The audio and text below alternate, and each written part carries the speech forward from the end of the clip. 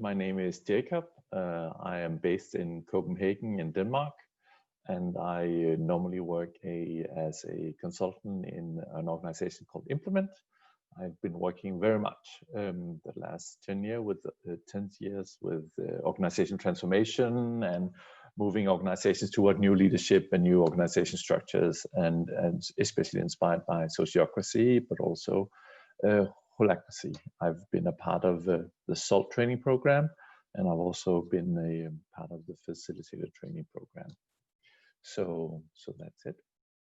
So that's a little bit about me, and the purpose of today, these small 45 minutes, is to explore some of the dynamics dynamic of power and emergence of informal hierarchies in sociocracy circles through micro behaviors. And we'll also explore the different dimensions of hierarchies and how you can support doing creating equilibrium through facilitation. So that's some of the talks we're going to talk about here. That's the challenge for today. You're going to be invited throughout this. Of course, you're welcome to write questions in the chat as we go along, but we'll try to have at least 10-15 minutes of chat and debate at the end of the presentation. So feel free to hide them, or to save them for later. So write them down as we go along, and we'll try to pick it up on that. So just to start out with something, basic definitions. So what is power basically as a thing? And probably most of you know that the power has had a lot of different definitions. There is both external power, there is internal power, internalized power, self-censorship, stuff like that, that really also gets in your way.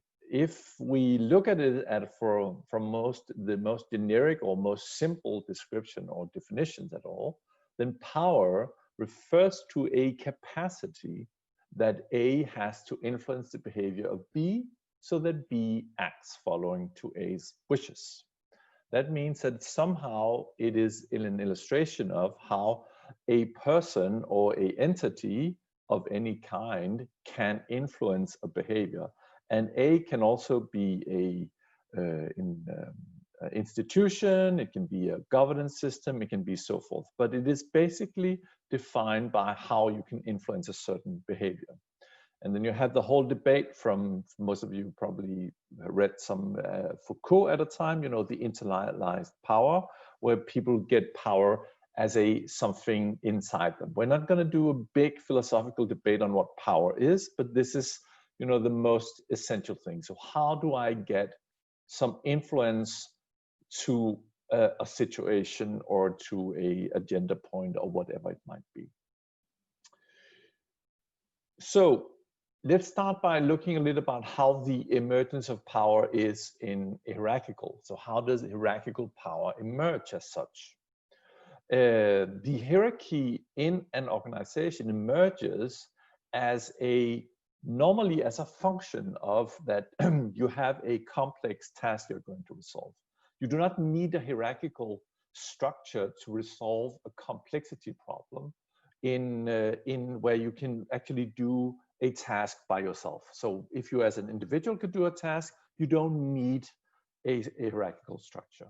The hierarchical structure is a function that emerges as a combination of that we have to differentiate the different assignments or tasks to resolve a complex aim, and integrate those different tasks so that they are aligned in time and space. So if I'm building a house, I know that I have someone who has to do the basement before they do the roof. They have to put the bricks before they do the wood and put in the windows, stuff like that. So we're doing a more complex assignment. We have to coordinate these different things. And historically, the hierarchy emerges as a coordinating function because the coordinator has the ability to differentiate and coordinate the task between different people. It has been the most simple solution to a complexity challenge historically. So if we want to, kill the mammoth, and have some food in ancient time, We'll have someone who is a clapper, who's hunting the mammoth, and we have someone who has the spears to kill the mammoth, and then we have someone who needs to coordinate these two different functions. That's basically the emergence. What it creates is it creates an asymmetrical relationship where one coordination function takes authority over another function. So authority and power is something that we put to a person that can go and then point out another person to do so. And we do that because it has the benefit of the tribe in this situation. The challenge is that most organizations in hierarchical structure, they are built upon layers of asymmetrical relationships of coordination and differentiation. So this actually merges that. And what happens at a certain point is that hierarchical power system in itself becomes a system with its own logic and with its own purpose, where the logic in itself in the hierarchical system is power in itself rather than the task. So the power get disconnected from the purpose or the aim of the organization. That's something that is interesting, and we can discuss whether it's something that is, you know, due to habits or due to personal traits or intrinsic motivation, stuff like that. But normally it's a combination of all these different factors.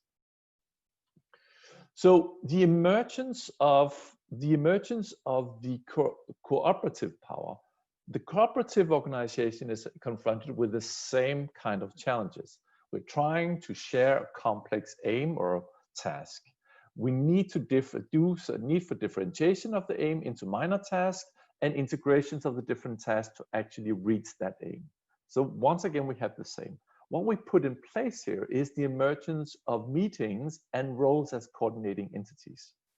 So the power is now distributed into the cooperative circle instead. And that is based on the whole kind of idea of symmetrical relationships, where the circle of the role has the coordinating function and authority over their own ability, but also have a direct feedback to make decisions in the circles. So that is the challenge here, that you have this kind of coordination. But does that remove power at all? And we're going to focus very much on the power within the different, within the circle. And we're going to focus a bit on how that works in that structure. So where do we get our power from? Where is our sources of power? So, and this is actually something that can look into and be inspired by Laloux, that, you know, that we have different type of power types. We have the unlimited powers, which someone would feel, who knows Laloux would know that is from the red kind of organization, where it's a kind of forced power. The challenge with forced power is that it's taken, you fight for the right, it's fear-based, but it only works if people who are subjected to this power can't escape. The challenge here is that when people can escape, forced power does not work. I can only force you to do stuff if you cannot go to another place. If we have the formal power, that's what we normally would see in most organizations, where we call it leadership. And that is kind of where we assign a role, the coordinator as before, to actually have and it's given based on merits or relationships or networks, but you are held accountable to fulfilling a certain role. If you refer to this into the sociocratic organization structure, you would say that there is in the organization actually formal power, because the circle and the role is given, but also has taken formal power and accountabilities that are put into the structure of the organization. The next level is what we call personal power. This is something that is earned. It is something that is based on trust. And it is something that is based on followership. So I donate a certain followership to a personal leader. I subject myself to that person's ability to trustworthy lead me to a certain situation. And this is actually based on, you know, the whole perception of the person. For instance, a funny thing is that people who are taller than other people are often deemed as more powerful than people who are not. And that is, that's basically perception. There are certain behaviors associated with this that integrate personal power. The last one is where we talk about distributed power. Distributed power is the teal type of organization like sociocracy. It's a purpose-driven, it is consented that someone has a role and a circle has an accountability because the decision is made in a circle based on consent.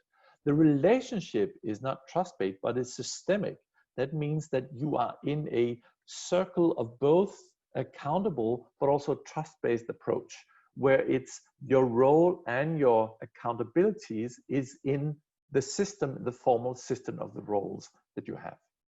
The organization type is not followership, but is ownership, that you own your circle, you own your role, you have to do your best to fulfill that role. So these are different sources where you get power. So the power is, especially in a sociocratic organization, is normally a combination of all the three last ones: the formal power, the personal power, but also the distributed power. So what we're going to look into a little bit here is much more look into the personal power, the kind of things that are so central for this. One of the things that are so important to keep in mind is when you have when you are working with power, then the core process of the power distribution is the meeting structure. That means that the meeting is the kind of safe space or the coordination room or the coordination where power is distributed. So the purpose of the meetings is to coordinate and inform about activities and project statuses, of course, remove obstacles, as we know, but it's also used to formulation of policies to guide the circle's work through a consent decision. That means defining roles, removing roles, create new accountabilities, create new sub-circles or other circles to change or remove any kind of policies that is regulating how you fulfill your role, but also have nominations of circle roles. The meeting has extremely strict format, and that's the big challenge here. The meeting has an strict format, and that the purpose of that format is actually to ensure that everybody has a voice, to equalize the power and influence, and also create a very clear and transparent decision process. And that means that the facilitator also has a special role in that, to navigate some of that by being the guardian of the process.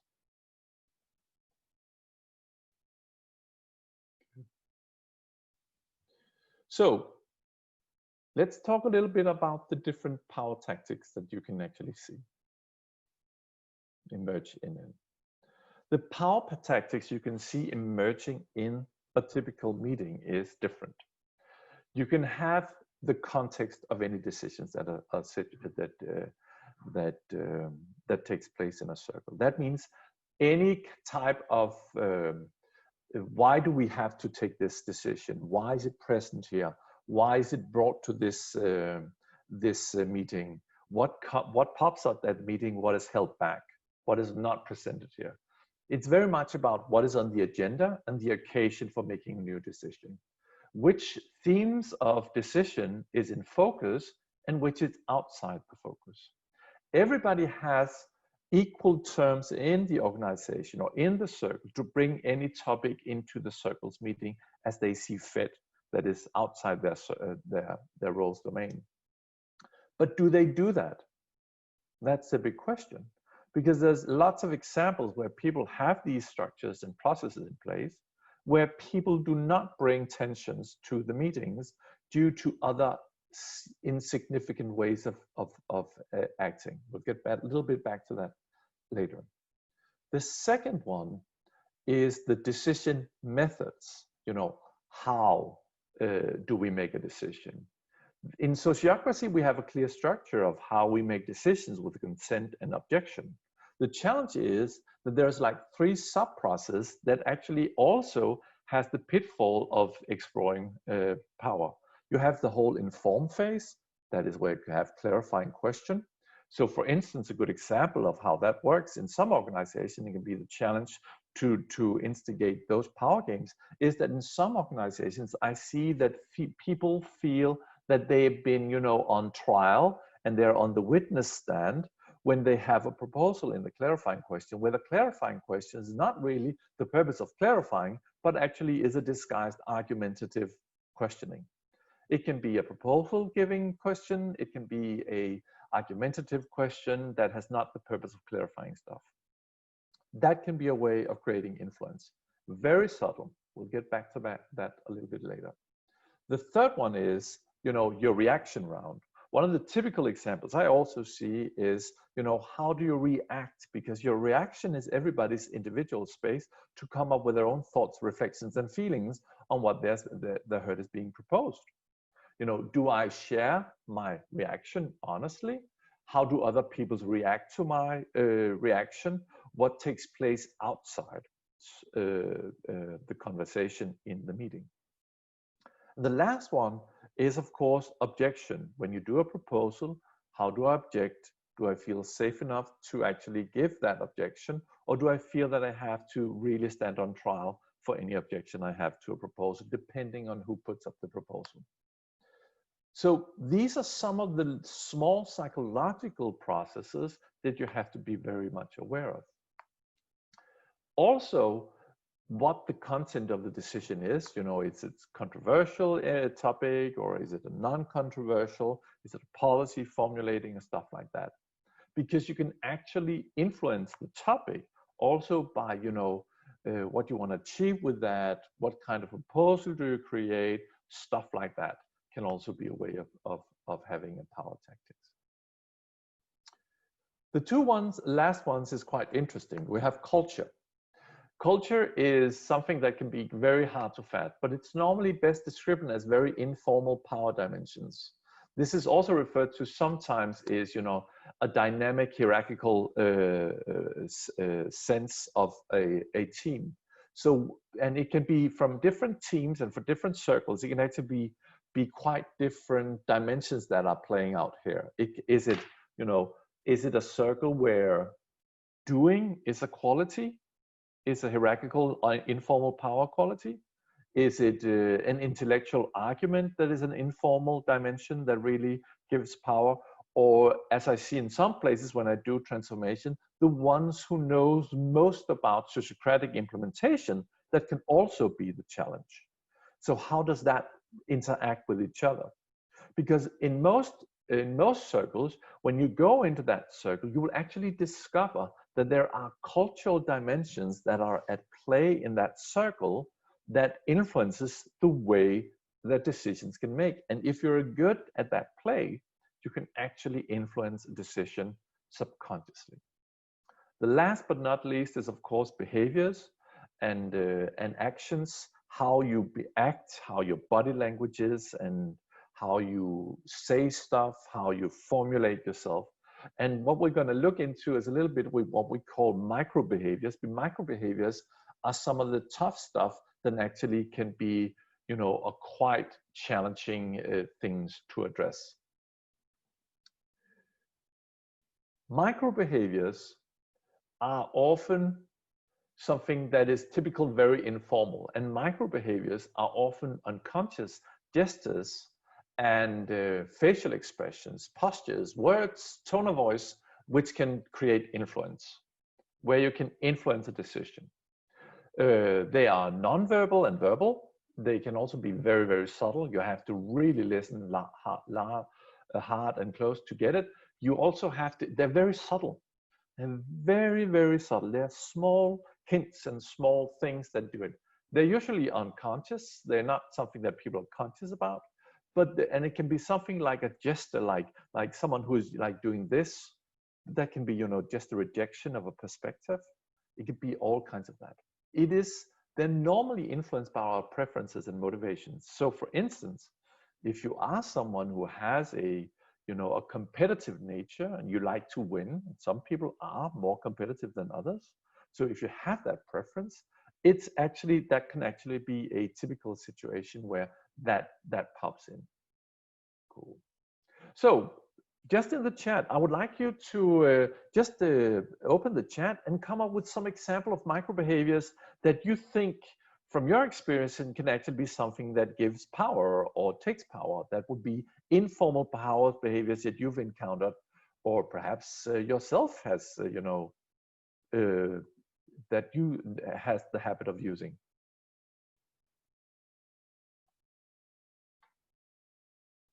Interruptions, that's a good one.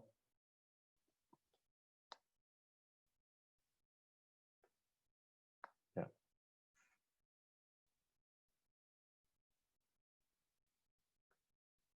Yes, not being present.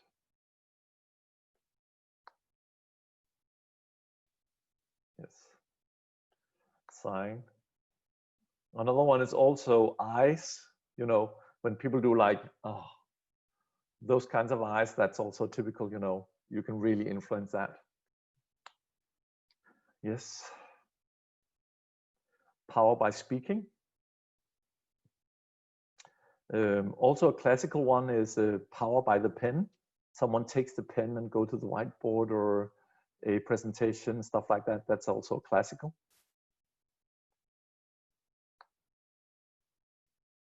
Cool. Yes. Facts.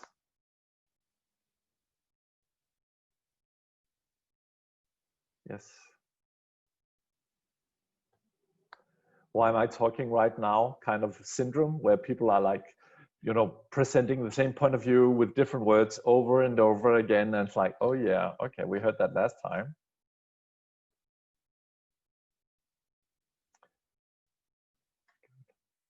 Yeah, that's sure. Yeah, that's also classic. Strawman argument.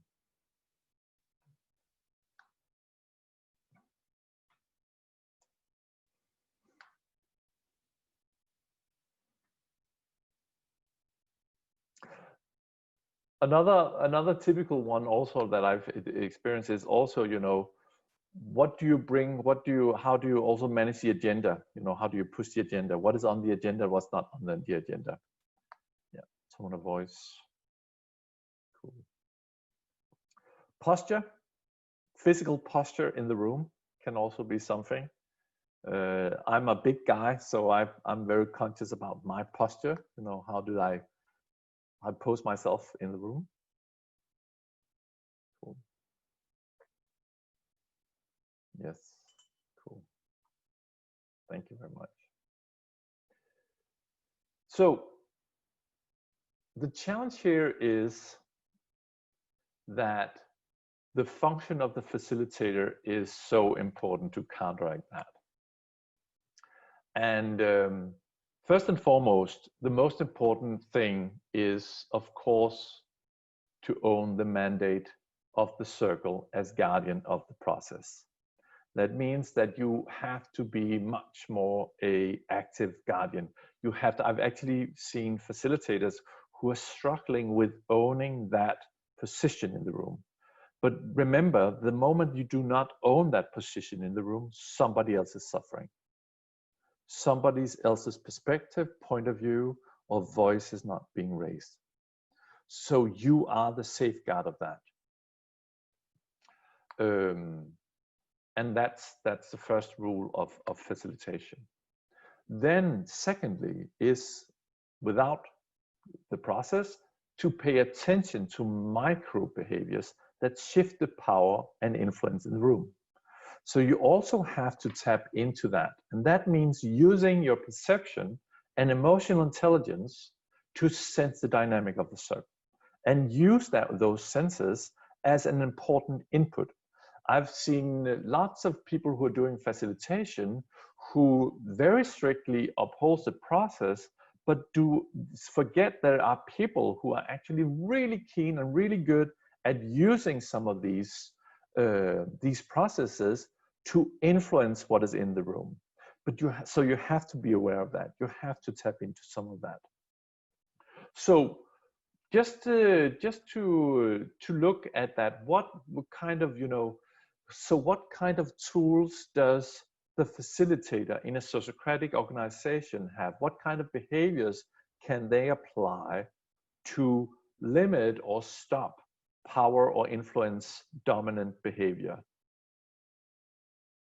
So come up with some ideas. Please write in the chat.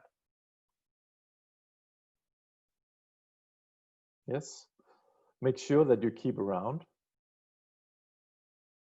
Yes. Interrupt interrupters immediately. Stick to the method. Pause. Using a talking stick. Yes.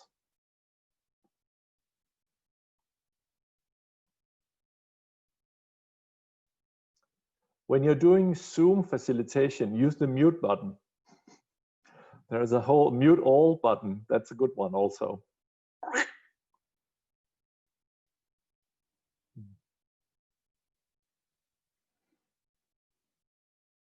Yes, you can send a person out of the meeting. Cool. Some of the things that I see also as subconscious micro behaviors that emerges in circle meetings is especially in the reaction round. I think that, spending time to protect the individual space can also be giving, a time frame for every speech or every reaction so that you have a certain amount of time, creates a rigidity, but especially in the beginning if you're trying to disrupt a power dynamic which is in a circle, then it can be helpful to do anything that disrupt that kind of power field. There's like two other things that I like very much that I also apply, because there is a tendency to create a kind of momentum. Is, for instance, when people have reaction, you to try to promote the understanding that you do not need to say that I agree with whatever Ted was saying when I do a reaction, that I speak from an I point of view. So I think that even though I might agree with Ted, that I don't necessarily do that. What we trigger sometimes is a subconscious voting system in the circle.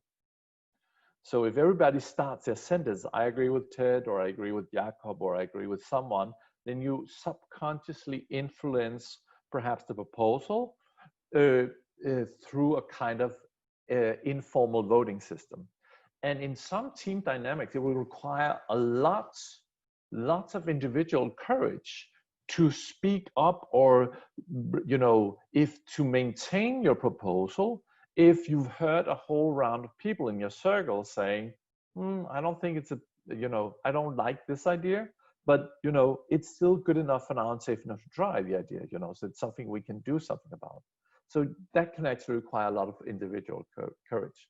So I try to get people to refrain from, habitual behaviors like that, because it's not necessary. You can actually still say your point of view without, pointing to that I agree with he or she for a certain point of view. So in that regard, taking that step is keeping people from reacting to other people's reacting in the circle. Because that also sometimes what I see it triggers a discussion, and depending on your place in the reaction circle, and what kind of, are you number 5, 4, or 3, then take that,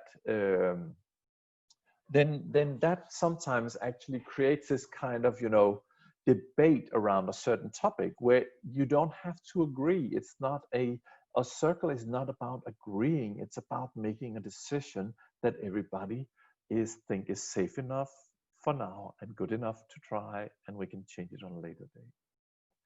So creating that psychological safety and creating that can be actually quite challenging. I think that some of the biggest challenges that I've met working with circles is when I meet a circle where the psychological safety is not high enough for a circle member to actually say that I do not feel psychologically safe. But because that is a conundrum. It creates a paradox that is actually quite hard. I do not feel safe enough to say that I don't feel we have a good enough psychological safety.